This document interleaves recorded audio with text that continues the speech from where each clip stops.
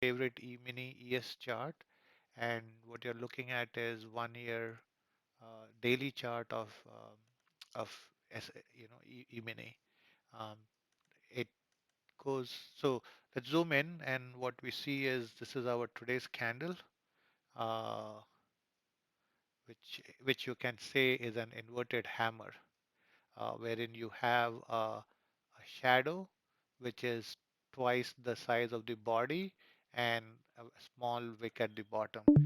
You can read the definition of an hammer. So usually hammer at the top or at the end of a trend, they are a reversal sign. Now, the keyword here is usually.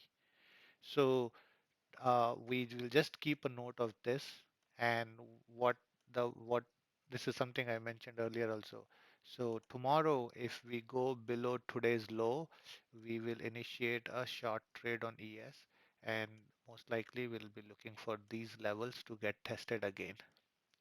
If we do not go short, if the market doesn't open below 39.20, we and we'll wait for the market to go above today's open, which is somewhere around 39.40, and then we can go long. But high probability we may go down. So that's my thought. Um, we can take in a look on a smaller time frame, which is hourlies, and we can see we have been having some downward pressure for the entire day, and um, this is an hourly chart. Uh, so we can also use this trend line to see if it continues to act as resistance. And um, if you follow SMAs or any moving averages or any indicators, um, I am going to watch for the 3940 as a potential area of resistance. It also happens to be the open today's open, and it will also happen to be the crossing intersection point of tomorrow morning intersection point of my couple of my SMAs. So that definitely will become a key area to watch for tomorrow. There are multiple reasons why this 3940 area is becoming key. And rather than being 3940, we can use this high as our reference point to say, okay, how do we perform in this zone? If the market is accepting prices in this zone and it's not getting rejected, then we can buy this area, hoping that we get to test this 3960. By the way, uh, I would not. So usually there is a theory that tops are never made in overnight session. So this 39.59, it's an overnight session when nobody was trading or only a less number of people were trading. So this one will get revisited again. Maybe we drop all the way to 3,904 and then come back up and then go higher than this high in a real RTH, the real trading hours. But that all is futuristic thing. We don't know what the the trading plan or what I'm looking for is these two are my reference points for tomorrow, and below this I have a small reference point here. So this 3,900 to 3,904 will be an area of support tomorrow, but this will be a minor area of support. You can also draw a small trend line, on this, and that's probably will land there. But once we go below that, the area of support is 3,880 to um, 84, 85. There are a couple of trend lines here, so you don't know where exactly market will bail off. So we have to be watchful of these couple of levels here when we are on our move down. So those are the levels to move. Watch uh, if in the up direction as well as in the down direction.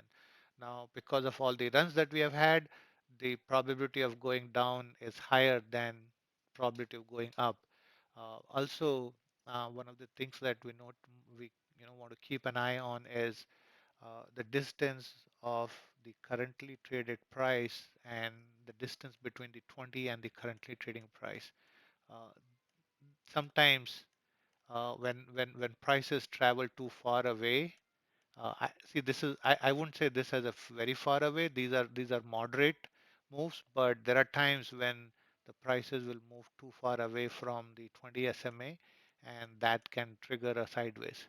Uh, One of the other thing to notice is um, the today's open was above the 4 days consolidation range.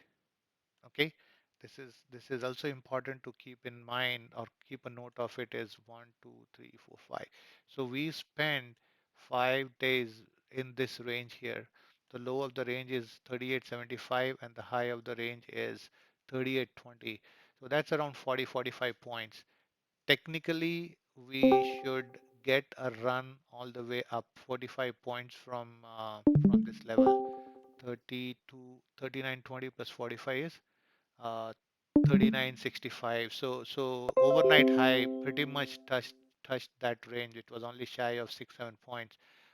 But um, we as long as we are above the level, we still have a chance to test that in the RTH time frame.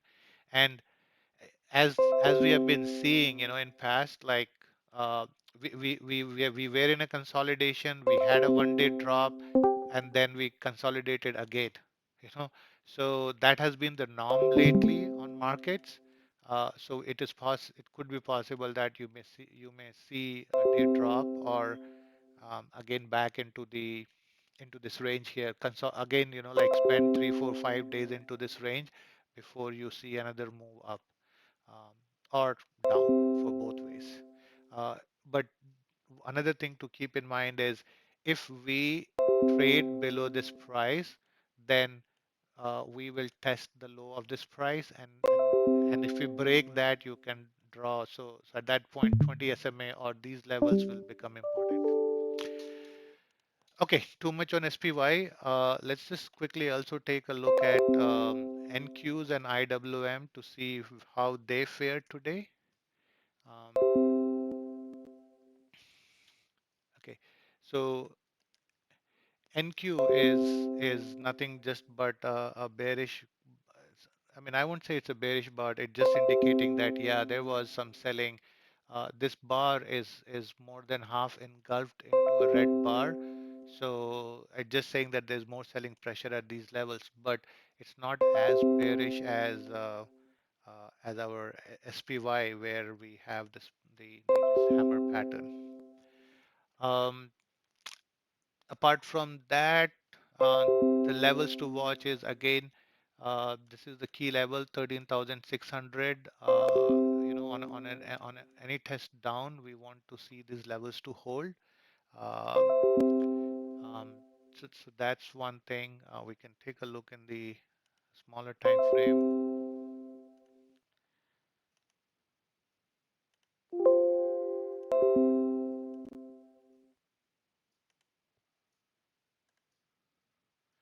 Okay, so on a smaller time frame, also we have similar pattern as SPY. Um, we are actually uh, you know this is kind of a bear flag. You have a drop and then you spend sideways here, um, and very likely that we go down also from here. Once we break these lows in the overnight session, we may come all the way down and see.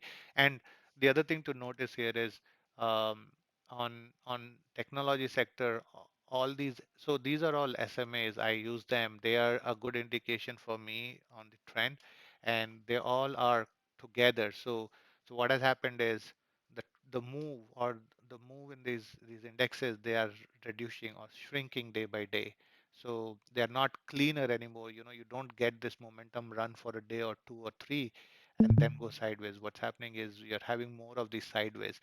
um, I personally think that these are the signs and indication of getting tired, where the bulls are or the bulls are the participation in the market is reducing in terms of buying. So um, take that as a point, right? I mean, uh, the question, if you are asking me, The example for that, right? We picking few number of contracts. And Mm. if you have the question in your mind, when I should start getting worried with if I have some positions in my portfolio that I've been holding for a while, and you want to know when would be a good time to start getting worried about those. So on NQs, this is the level 13,600 is the level. If we start trading below that, if we get closed below this level, I think it's a good indication to start adding some puts or reducing some of your exposure to the market, lighting it down, adding some puts, selling some covered calls, and other strategies that you can use in order to hedge yourself of any potential move towards the downside. Um, and if we go down, again, the 50 SMA has been acting as support. This trend line that I have, it's an old trend line. It's been acting support for more than a year. Um, and and those are the levels that we can watch and see if we find supports at. Okay, so that's on the NQs. Let's quickly take a look at. I'm going to take a look at IWM, and IWM has definitely been showing more signs of consolidation at these levels. As you can see, we have had these consolidation areas, and more of them are red bars than in green bars. So obviously, as long as we stay in the range of high and the low of this range, we do nothing. We wait for the market to tell us whether they want to go down or they want to go up. So one of the two range, one of in a day or two, IWM is either going to break down or going to break up. So we take a trade when that happens, and what we are looking for is a retest of 20 SMA at whatever price it is, or a retest of this trend line. And that's where we will reevaluate and see if IWM wants to further go down. Does it this is almost all 4 5 months old channel in which IWM has been running. And if you see in the early part of the run, there was there was no consolidation.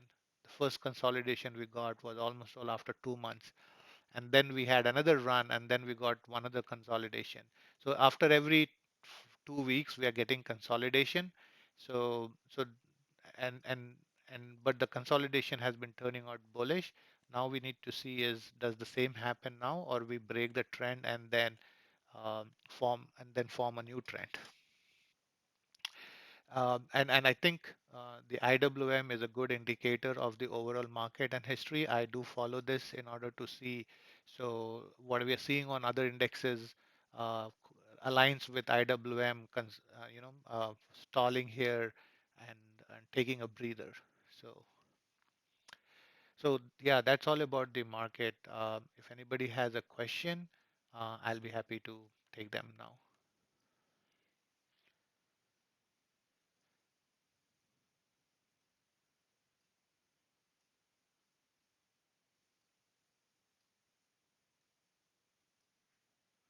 Okay, I'm going to stop the recording and the floor is open for other discussions.